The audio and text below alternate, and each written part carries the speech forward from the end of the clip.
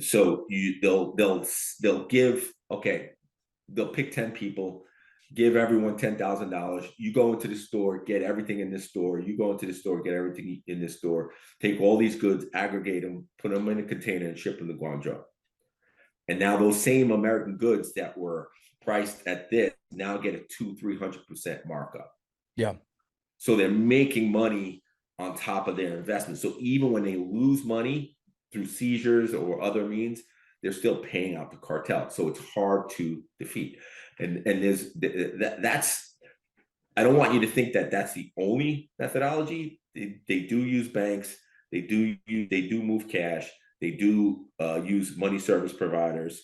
So there's other methodologies. Can I ask some? During my time in, I remember we would do operations called southbound traffic, and we were trying to stop some of the cash that comes across, some of the guns that come across. Right. And what became a new thing for us was these prepaid debit cards. And I'm talking Right. by the thousands, bags of those. Was that another way of their doing money laundering? Yes. So again, so there's no, I hate to, it's limitless almost, right? So we used to see those as well. Now it's cryptocurrency.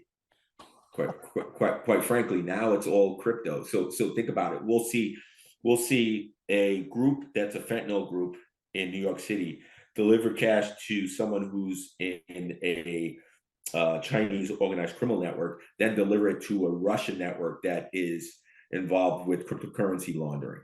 And so you have these various transnational groups operating in the United States to launder millions and millions of dollars and do it expeditiously outside of the country very fast.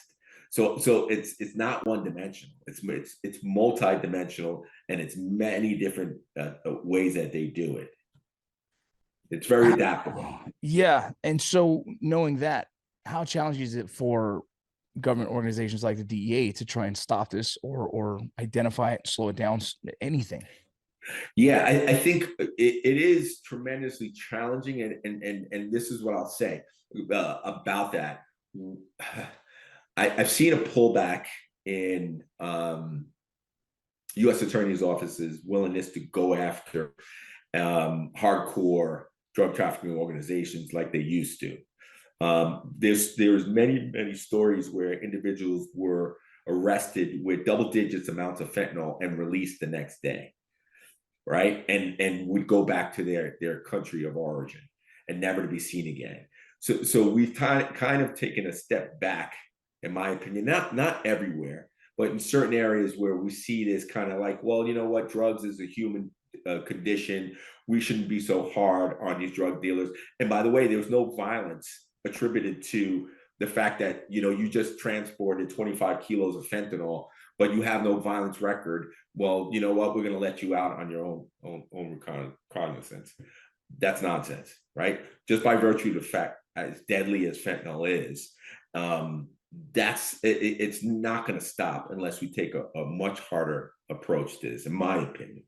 How do we start to change this, dismantle this, make an effect on that side from the DEA perspective? What are some of the harsher punishments that you'd like to see that are implemented that maybe makes an impact? That's a great question, Vince. So I think that we need to strengthen our laws, especially nationally, our federal laws, to give us a little bit more latitude to go after the backbone of these transnational organized crime groups.